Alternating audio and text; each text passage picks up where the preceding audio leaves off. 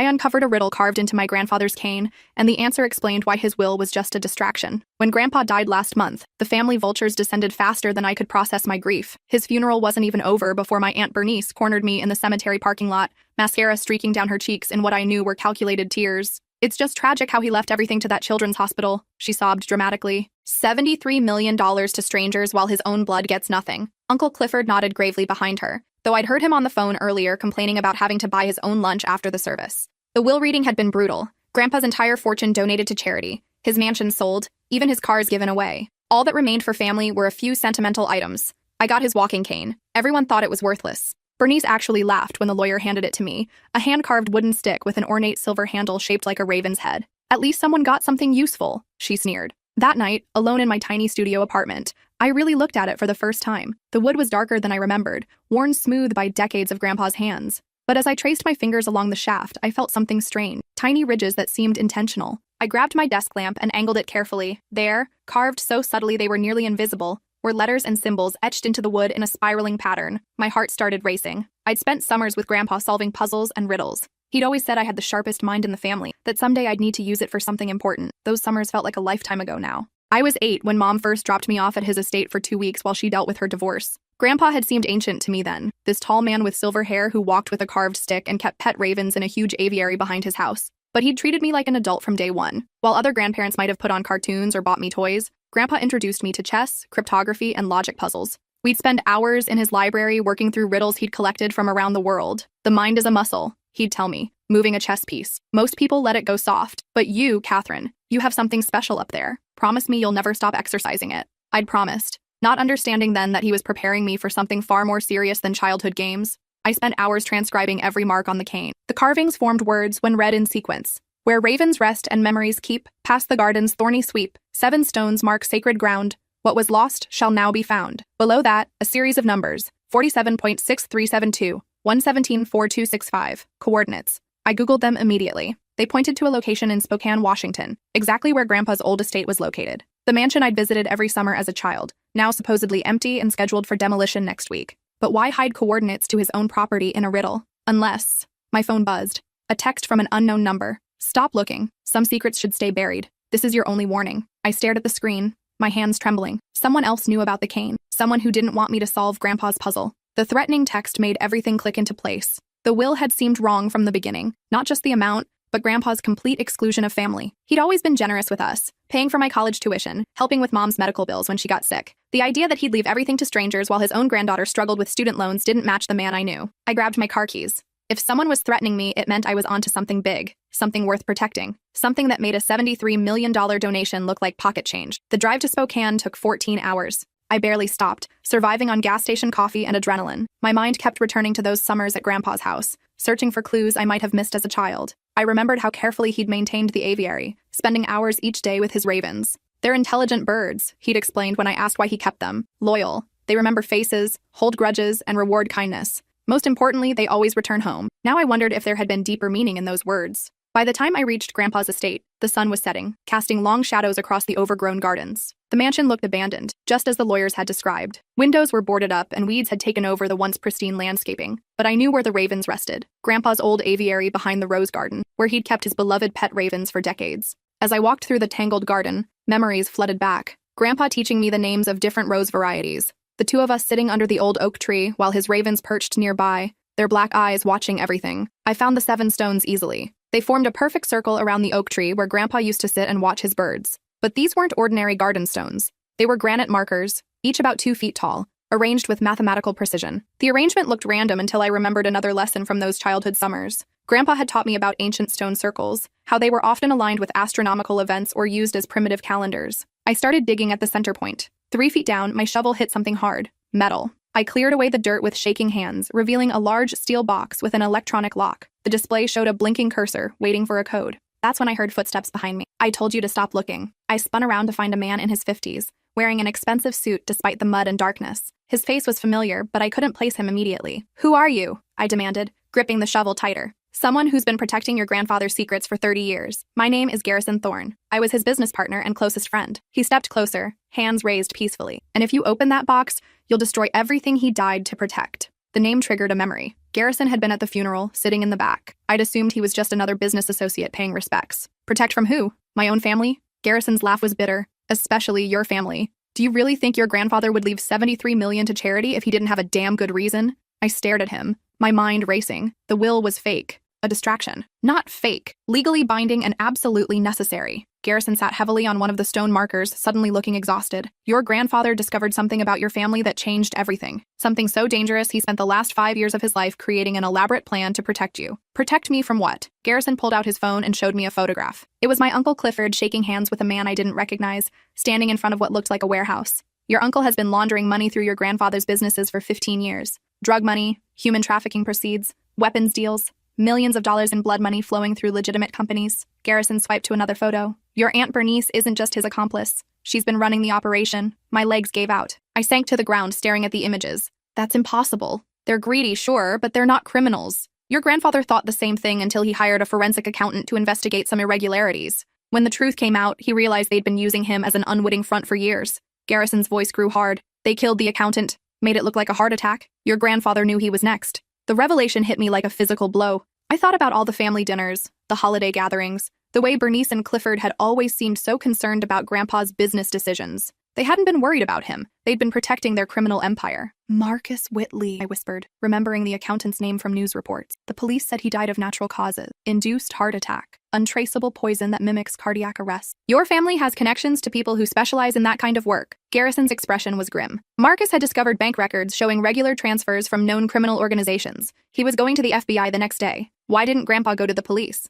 Because they had compromised half the police department and 3 judges. The corruption runs deep, and your family sits at the center of it. Garrison gestured to the box in the hole. So he created this. A failsafe. Evidence that could bring down the entire network, hidden where only you could find it. Why me? Because you're the only one in the family who isn't dirty. You never showed interest in the business. Never asked for money. Never got involved in their scheme. You were the only one he trusted. Garrison's expression softened. And because you're the only one smart enough to solve his riddles. I stared at the electronic lock, remembering more details from those childhood summers. Grandpa had always been secretive about his business dealings, keeping his study locked and taking important calls in private. I'd assumed it was normal executive behavior, but now I wondered what he'd been hiding, or trying to protect us from. What's the code? That's where it gets complicated. Your grandfather designed a security system that requires 3 separate codes, entered in sequence. Each code corresponds to a different location, and you have to physically be at each location to enter it. Where are the other locations? Garrison pulled out a worn piece of paper. The 2nd location is your grandfather's old study at the university where he taught. The 3rd is the cemetery where your grandmother is buried. But here's the problem. Your family figured out you found something. They're already watching both locations.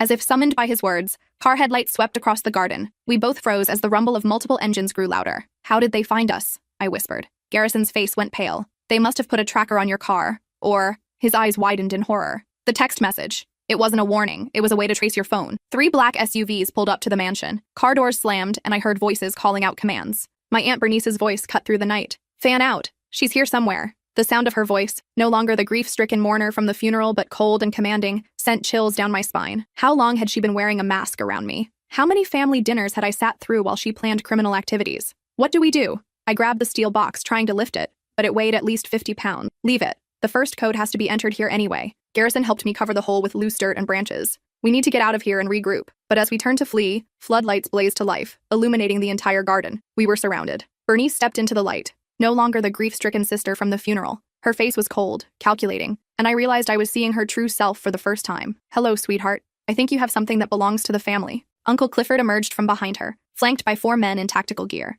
These weren't private security guards. They moved with military precision, and their weapons were professional grade. Dad always said you were too smart for your own good, kiddo. Should have minded your own business. The casual way he called Grandpa Dad, while ordering armed men to threaten me, was sickening. How long had they been planning to eliminate anyone who got in their way? This is her grandfather's property, Garrison said, stepping protectively in front of me. She has every right to be here. Bernice smiled, but there was no warmth in it. Actually, the property transfers to the hospital tomorrow. Tonight, we're just cleaning up loose ends. One of the armed men raised his weapon. Where's the box? My mind raced. The code system Garrison had described meant the evidence was useless without accessing all 3 locations in sequence. If I died here, Grandpa's plan died with me. It's not here, I lied. This was just the first clue. The actual treasure is somewhere else. Clifford's face darkened. Don't play games with us. We know Dad hid something here. We've been watching you solve his stupid riddles. How long have you been watching me? Since the funeral, Bernice said. We had to make sure you didn't find anything that could complicate our business arrangements. The casual admission sent ice through my veins. While I'd been grieving, they'd been spying on me, waiting to see if I'd pose a threat to their operation. "We put surveillance on your apartment 2 weeks ago," Clifford added. "Camera in the hallway,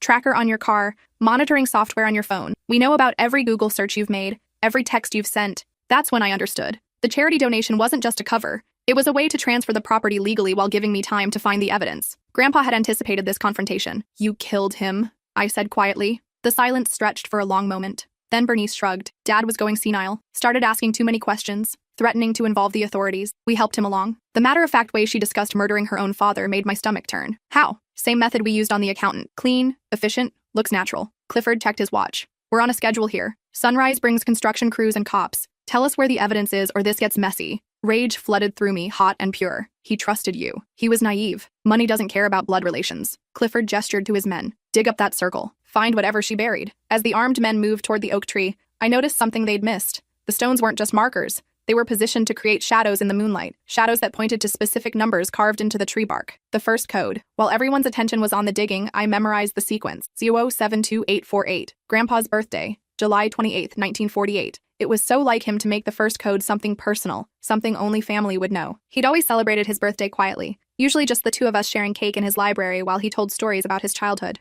"There's nothing here," one of the men called out. "Just empty dirt." Bernice's eyes narrowed. "Where is it?" "I told you this was just the first clue." I tried to keep my voice steady. "The real hiding place is encoded in the riddle. I need time to work it out." "You have until sunrise," Clifford said. "Find it or we start removing fingers." They zip-tied my hands and led me back to the mansion, leaving 2 guards to continue searching the garden. Garrison was unconscious, a purple bruise spreading across his temple where one of the men had hit him. Inside the mansion, they locked me in Grandpa's old library. The room was exactly as I remembered. Floor-to-ceiling bookshelves, the old leather chair where he'd read me stories, his chess set still arranged on the side table. But now I noticed details I'd missed as a child. Hidden compartments in the desk, books that weren't quite flush with the others on the shelves. A portrait of Grandma that hung slightly crooked. The chess set caught my attention. The pieces were arranged in a specific pattern that didn't match any normal game position. It was another puzzle. White king on E1, black queen on D8, rooks positioned to create specific angles. I'd seen this configuration before. Grandpa had shown me this exact setup during one of our lessons, calling it the sacrifice gambit. The solution required sacrificing your most powerful piece to protect the king, just like he'd sacrificed his entire public fortune to protect me. I straightened the portrait and found a hidden safe behind it. The digital lock was identical to the one on the buried box. I entered the code I'd memorized, 072848. The safe clicked open. Inside was a letter in Grandpa's handwriting. "My dearest granddaughter, if you're reading this, then my worst fears have come true. Your aunt and uncle have shown their true colors, and you're in mortal danger. The evidence in the buried box contains financial records, recorded conversations, and video surveillance that proves their involvement in multiple criminal enterprises. But the most damaging evidence is hidden in plain sight, in my will. The charity I donated to doesn't exist. It's a shell company I created to expose their money laundering network. When the donation fails to process, it will trigger an automatic investigation by the FBI, who have been building a case against them for 2 years. The 3-code system was designed to buy you time and keep you safe. Each location contains additional evidence and instructions. But if you're in immediate danger, there's an emergency protocol. Behind the 3rd bookshelf from the left, press the leather spine of Paradise Lost. It will open a passage to the underground tunnel system I had installed during the Cold War. Follow the tunnel north for half a mile. It emerges in the woods behind the Riverside Cemetery, near your grandmother's grave. In the mausoleum next to hers, you'll find everything you need: new identity documents, cash, and a direct line to FBI agent Patricia Vance, who has been coordinating with me for months. Trust no one else. Your family's corruption runs deeper than you can imagine. I love you more than words can express. Use that brilliant mind of yours to survive. Grandpa.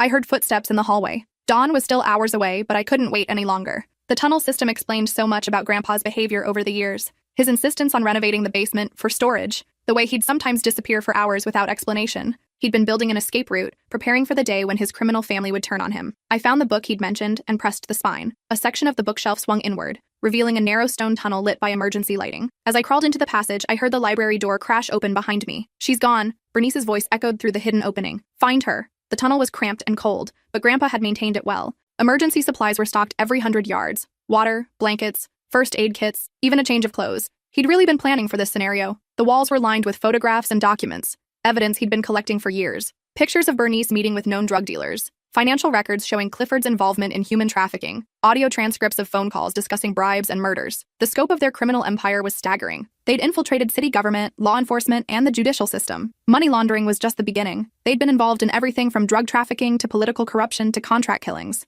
After what felt like hours but was probably only 30 minutes, I emerged from a concealed exit behind a large headstone. Riverside Cemetery stretched out before me in the pre-dawn darkness. I found Grandma's mausoleum easily, a small marble structure with her name engraved above the entrance. The mausoleum next to it was unmarked but had a modern electronic lock. I tried Grandpa's birthday again, 072848. The lock disengaged. Inside, the mausoleum had been converted into a high-tech safe house. Computer monitors lined the walls, displaying surveillance feeds from various locations around the city. File cabinets contained thousands of documents. A wall safe held stacks of cash, passports, and other identification documents. But the most shocking discovery was the wall covered in photographs. Surveillance shots of my entire extended family engaged in criminal activities. Drug deals, money transfers, meetings with known criminals. Even my cousin Derek, who I'd thought was just a harmless party boy, was photographed accepting briefcases full of cash. The evidence showed a criminal network spanning 3 states and involving dozens of people. Politicians, judges, police officers, business leaders, all connected to my family's operation. A red phone sat on the central desk. I picked it up, and it automatically dialed a number. Agent Vance here. This is Catherine Morrison. My grandfather said to call you. Thank God. We've been waiting for your call. Are you safe? For now. But they're looking for me. We know. We've been monitoring their communications. A tactical team is already en route to your location. Agent Vance's voice was calm but urgent. How much of the evidence have you accessed? I found some documents in the library safe and I'm in the mausoleum now. But the main evidence is still buried at the estate. Don't worry about that. We've been building a parallel case for 2 years. Your grandfather's evidence is the final piece we need, but we have enough to move forward either way. Through the surveillance monitors, I watched black vehicles surrounding the cemetery, but these weren't my family's SUVs. They were FBI tactical vehicles. I can see you arriving, I told Agent Vance. Good. Stay exactly where you are. We'll come to you. Within minutes, I heard a gentle knock on the mausoleum door. A woman in her 40s wearing an FBI windbreaker stood outside, flanked by 2 agents. Catherine, I'm Patricia Vance. You're safe now. As we walked toward the waiting vehicles, Agent Vance explained what had been happening behind the scenes. Your grandfather contacted us 3 years ago when he first discovered the money laundering. We've been working together ever since, gathering evidence and building a case. The fake will, the charity donation, the riddle on the cane, it was all part of an elaborate sting operation. So the $73 million really is going to charity? Eventually, yes. But first it's going to help us seize all of their criminal assets. We estimate the total value of their operation at over $400 million. I stopped walking. $400 million? Your family has been running one of the largest money laundering operations on the West Coast. The Children's Hospital donation was brilliant. It created a legal paper trail that exposes every dirty transaction they've made in the past 5 years. Agent Vance pulled out a tablet showing a complex organizational chart. Your Uncle Clifford wasn't just laundering money, he was coordinating distribution networks for 3 major drug cartels. Your Aunt Bernice was running the human trafficking operation through a network of fake charities and legitimate businesses. The chart showed connections I'd never imagined. Family businesses I'd thought were legitimate. Restaurants, real estate companies, shipping firms were all fronts for criminal activities. Your cousin Derek was handling weapons trafficking through his import-export business. Your other cousin Melissa was running illegal gambling operations through her catering company. Even your Aunt Helen was involved, using her accounting firm to create fake financial records. We reached the command vehicle just as sunrise painted the sky orange. Inside, dozens of agents were coordinating simultaneous raids across 3 states. Where are they now? I asked. Agent Vance pointed to a map covered in red pins. We arrested your aunt and uncle at the estate 20 minutes ago. The rest of the network is being rounded up as we speak. On one of the monitors, I watched Bernice being led away in handcuffs, her face a mask of rage and disbelief. Clifford was shouting something about lawyers and constitutional rights, but the audio was muted. Seeing them in custody brought a mix of relief and sadness. These were people I'd shared holidays with, people who'd been part of my life for decades. Learning they were criminals was devastating enough, but knowing they'd killed Grandpa made it personal. What about Garrison? He's in protective custody. Turns out he's been our inside informant for the past year. When your grandfather realized he couldn't take down the operation alone, Garrison helped him contact us. So he was protecting me tonight? He was following your grandfather's emergency protocol. If anything happened to your grandfather before we could complete the operation, Garrison was supposed to guide you through the evidence collection process. I sank into a chair, overwhelmed by the scope of what Grandpa had orchestrated. He planned all of this, every detail. The cane, the riddles, the burial site, the tunnel system, even your personality profile. He studied your problem-solving methods for months to make sure you'd follow the clues correctly. Agent Vance handed me a thick folder. This is for you, your grandfather's real will. I opened it with trembling hands. The document was brief but shocking. To my beloved granddaughter, Catherine, I leave my entire legitimate fortune, approximately $230 million, held in trust accounts that my criminal relatives never discovered. May you use this money to build a life free from the corruption that destroyed our family. $230 million? I whispered. Your grandfather was very good at keeping secrets. He created separate investment accounts decades ago, long before your aunt and uncle started their operation. They thought they were stealing from a $73 million estate, but they never found the real money. I thought about my tiny studio apartment, my student loans, the part-time job at the bookstore that barely covered rent. All this time, I'd been struggling financially while sitting on one of the largest fortunes in the state. There's more, Agent Vance said gently. Your grandfather also left detailed instructions for how he wanted the money used. Half goes to establishing a scholarship fund for students from low-income families. A quarter goes to anti-trafficking organizations. The remaining quarter is yours to do with as you please." I stared at the documents, trying to process the magnitude of what Grandpa had done. He'd turned his own family's greed against them, using their criminal enterprise to fund causes that fought against everything they represented. "He was a brilliant man," Agent Vance said, "and he loved you very much." Over the next several hours, I watched from the FBI command center as the operation unfolded. The coordination was extraordinary. Dozens of arrests happening simultaneously across 3 states, all timed to prevent the criminals from warning each other. Derek was arrested at his warehouse while overseeing a shipment of illegal weapons. Melissa was taken into custody at her catering company's offices, where agents found evidence of the gambling operations. Aunt Helen was arrested at her accounting firm, where computers contained detailed records of money laundering transactions. The scope went beyond my family. Corrupt police officers, bought judges, paid politicians, all were being rounded up as part of the operation. The criminal network had tentacles reaching into every level of government and law enforcement. "How long will the trials take?" I asked Agent Vance. "Years. This is one of the largest organized crime cases in the region's history. But with your grandfather's evidence and our undercover work, we have ironclad cases against all the major players." By noon, the scope of the conspiracy was clear. My family had been connected to drug cartels, human trafficking rings, and illegal weapons sales. They'd corrupted politicians, judges, and police officers. The investigation would take years to fully unravel, but the main players were already behind bars. "What happens to me now?" I asked Agent Vance. "Whatever you want. Your safety was our primary concern, but with the network dismantled, you're no longer in danger." She handed me a business card, though I'd recommend keeping a low profile for a while. Some of their associates are still out there. The business card was for a victim services coordinator.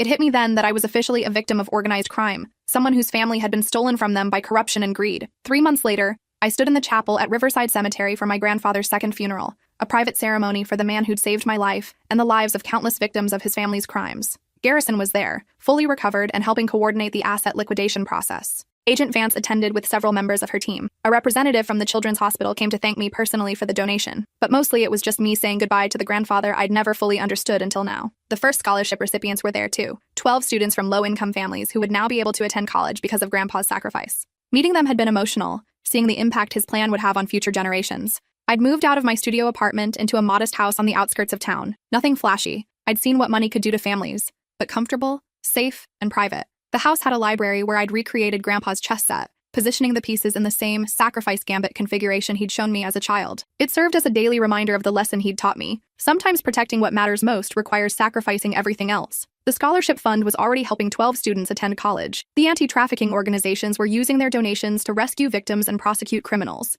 And I was slowly learning how to manage a fortune that I'd never asked for, but was determined to use responsibly. Working with the scholarship recipients had become my primary focus. Each student had a story of overcoming adversity, of fighting for opportunities that should have been their birthright. Their determination reminded me why Grandpa's sacrifice had been necessary. "Your grandfather would be proud," said Dr. Elena Rodriguez, the scholarship program coordinator, as we reviewed applications for the next round of awards. These students represent everything he believed in: intelligence overcoming circumstances, integrity triumphing over corruption. I'd also started working with the FBI's Victim Services Unit, helping other families who'd been destroyed by organized crime. The experience was therapeutic, turning my trauma into a tool for helping others. As I placed a white rose on Grandpa's grave, I thought about the cane that had started it all. The FBI had returned it after the trials ended, and it now sat in a place of honor in my library. The riddle carved into the wood had faded slightly, but I could still read the words that had changed my life. More importantly, I understood now that the riddle wasn't just about finding hidden treasure. It was about finding the courage to do what's right, even when the cost is everything you thought you knew about your own family. I plan to keep it in a place of honor, a reminder that sometimes the greatest gifts come disguised as worthless trinkets, and that true family isn't defined by blood, but by the people willing to sacrifice everything to protect those they love. The trials had been difficult to watch. Seeing Bernice and Clifford in orange jumpsuits, hearing the evidence of their crimes, watching them try to justify murdering their own father, it had been heartbreaking and infuriating in equal measure. Bernice received life in prison without parole for her role in multiple murders and human trafficking operations. Clifford got the same sentence for drug trafficking and conspiracy to commit murder. Derek, Melissa, and Helen received sentences ranging from 15 to 25 years. But the most satisfying conviction was for Grandpa's murder. The FBI had found traces of the poison in tissue samples taken during his autopsy, and phone records showed Bernice and Clifford coordinating with the assassin on the day he died. During victim impact statements, I'd addressed the court directly. My grandfather spent his final years orchestrating one of the most complex justice operations in the state's history, all because he discovered that the people he loved most had become the very evil he'd spent his life fighting against. These defendants didn't just commit crimes, they betrayed the most fundamental bonds of family and trust. The judge had been visibly moved by the case. In 30 years on the bench, I've never seen such a systematic betrayal of family trust combined with such elaborate criminal activity. The defendants showed no mercy to their victims, including their own father, and they deserve none from this court. A year after the arrests, I received a letter from one of the trafficking victims the operation had rescued. Maria Elena Santos was 19, originally from Guatemala, and had been forced into prostitution by the network Bernice had been running. "I wanted to thank you," she wrote in careful English. "Because of your grandfather's courage and your bravery in finding the evidence, I am free now. I am in school, learning to be a nurse so I can help other people who have been hurt like me. Your family's money is helping me build a new life. I know your grandfather would be proud of what you have done with his gift." Reading that letter, I finally understood why Grandpa had been willing to sacrifice everything. It wasn't just about stopping criminals. It was about saving lives, giving people like Maria Elena a chance at freedom and dignity. The ripple effects of the operation continued to unfold. Corrupt officials were being removed from office. New oversight procedures were being implemented. Victim services programs were being expanded with funding from the seized assets. The riddle carved into that wooden stick had led me to more than just hidden treasure. It had revealed the truth about good and evil, loyalty and betrayal, and the power of one person's determination to make things right. Grandpa had always said I had the sharpest mind in the family. He just never told me I'd need to use it to destroy the family itself. As I walked away from the cemetery, I felt something I'd never experienced before.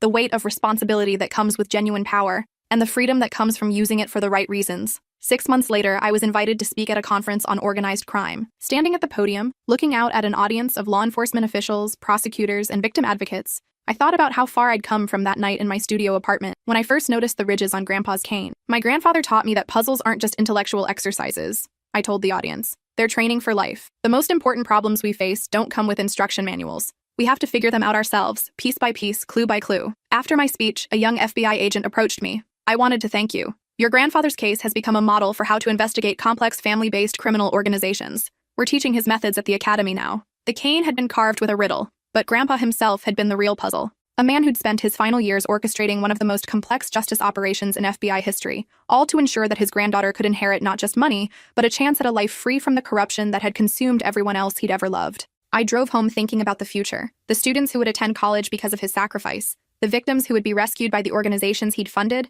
and the criminals who would face justice because of evidence he'd spent years gathering. The will had indeed been a distraction, but the real inheritance wasn't hidden in a buried box or a secret mausoleum. It was the knowledge that sometimes the people we love most are willing to become puzzle makers and secret keepers, riddle carvers and fortune hiders, all to ensure that when the truth finally emerges, justice and love triumph over greed and corruption. That night, I found one final letter from Grandpa hidden in the house's mail slot. It was dated just weeks before his death. "My darling Catherine, if you're reading this, then you've successfully solved the greatest riddle of all: how to choose integrity over easy money, justice over family loyalty, and truth over comfortable lies. The fortune you've inherited is nothing compared to the character you've shown. Use both wisely. The raven has found its way home. Your grandpa, who loved you enough to become a stranger." I folded the letter carefully and placed it next to the space where his cane would sit when it was finally returned to me. Outside, rain began to fall on the garden where I'd planted a small oak tree in his memory. In time, it would grow large enough to provide shade for future generations, who would hopefully never need to solve riddles carved in wood or follow coordinates to buried secrets.